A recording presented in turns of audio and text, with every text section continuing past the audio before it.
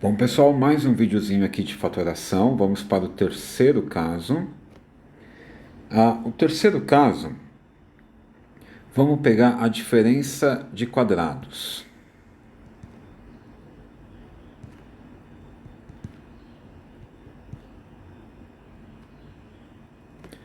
Então, por exemplo, se eu pedisse para vocês fatorarem x² menos 9, transforme isso num produto, né? Numa multiplicação.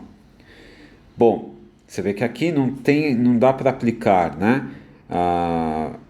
Fator comum em evidência e também não dá para aplicar agrupamento. Como que eu fatoro isso? Como eu transformo isso em produto, então? Bom, então aqui vem a história de você ter uma cultura matemática. Então, o que eu quero dizer com isso? Você já estudou os produtos notáveis, né? Então, você já estudou esse produto notável em particular, o produto da soma pela diferença. Então, você sabe o que acontece quando você tem um produto da soma pela diferença. Aparece uma diferença entre dois quadrados. Então, olha como a coisa começa a ficar mais sofisticada, né? Então, envolve uma cultura matemática aqui. Então, você saber fatorar x² menos 9 envolve você saber esse resultado notável. Que quando você tem a mais b vezes a menos b, o resultado disso é a² menos b². Então, aqui no caso, x² menos 9, interpretando como x² menos 3 ao quadrado. Então você sabe que uma diferença aqui, x² menos 3² é obtida quando você faz x mais 3 vezes x menos 3. Beleza? Então a forma fatorada de x² menos 9, a forma, né, transformando ele em produto, ele fica assim. Como eu sei que eu acertei, faz a distributiva, vai voltar a ser o que era antes, né? Porque eu já domino esse produto notável. Ok? Então, como eu disse, né, a fatoração é um pouquinho mais difícil do que a propriedade distributiva, né? Porque a propriedade distributiva é meramente mecânica, né? Siga uma receitinha, é só fazer isso aqui.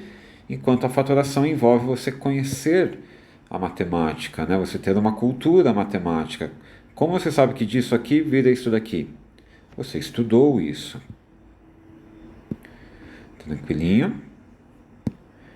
Então, e eu gosto de trabalhar, de dar exemplos aqui com números. Por exemplo, né? Essa conta vocês devem esse tipo de exercício vocês devem se lembrar, né? Você tem aqui um triângulo retângulo.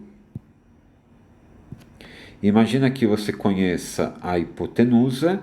A hipotenusa é 13. Você conhece um dos catetos, que é 12, e você quer o outro cateto. Chamei de x. Bem, a gente sabe pela aplicação do teorema de Pitágoras que a conta que deve ser resolvida é essa, né?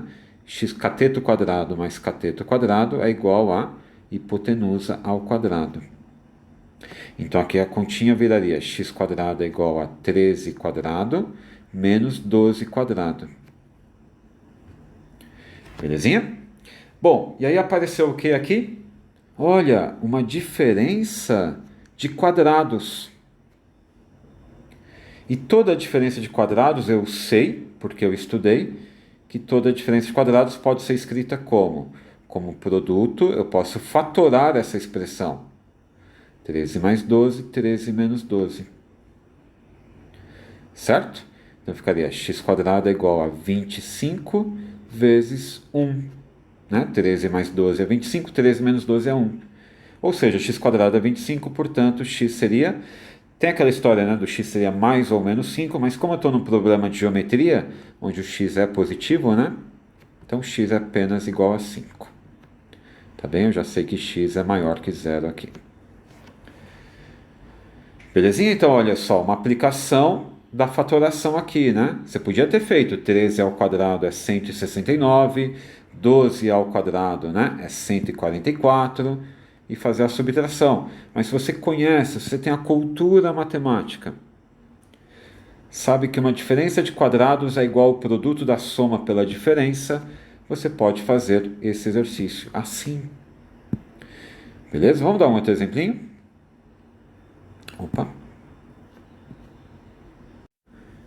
Então vai lá, acha o valor do x nesse caso. Então dá um pause no vídeo, tenta fazer sozinho e tenta aplicar a ideia, né, da diferença entre dois quadrados. Eu já vou fazer aqui. Então vai ficar, pelo teorema de Pitágoras, x quadrado mais 8 quadrado é igual a 17 ao quadrado. Cateto quadrado mais cateto quadrado é igual a hipotenusa ao quadrado, né? Então vai ficar x quadrado é igual a 17 quadrado menos 8 ao quadrado. Olha, uma diferença de quadrados. Isso aqui pode ser reescrito na forma fatorada. 17 mais 8, 17 menos 8. Então, x quadrado ficaria 25 vezes 17 mais 8 é 25, né? 17 menos 8 é 9. E aí você tira a raiz quadrada, né? Aqui, como x é positivo, só vai ter a raiz positiva aqui, né? Raiz de 25 vezes 9. E aí lembra da propriedade da radiciação? Você pode tirar a raiz separadinha. Então aqui vai ficar raiz de 25 é 5, raiz de 9 é 3, portanto o x é 15. Legal, né? Tá, então a gente aqui não está tratando do teorema de Pitágoras, a gente está tratando dessa coisa aqui, a diferença, né? A diferença entre dois quadrados, que pode ser escrita como produto da soma pela diferença, que é a sua forma fatorada. Belezinha? Mais um exemplo. Ache o valor do x nessa figura.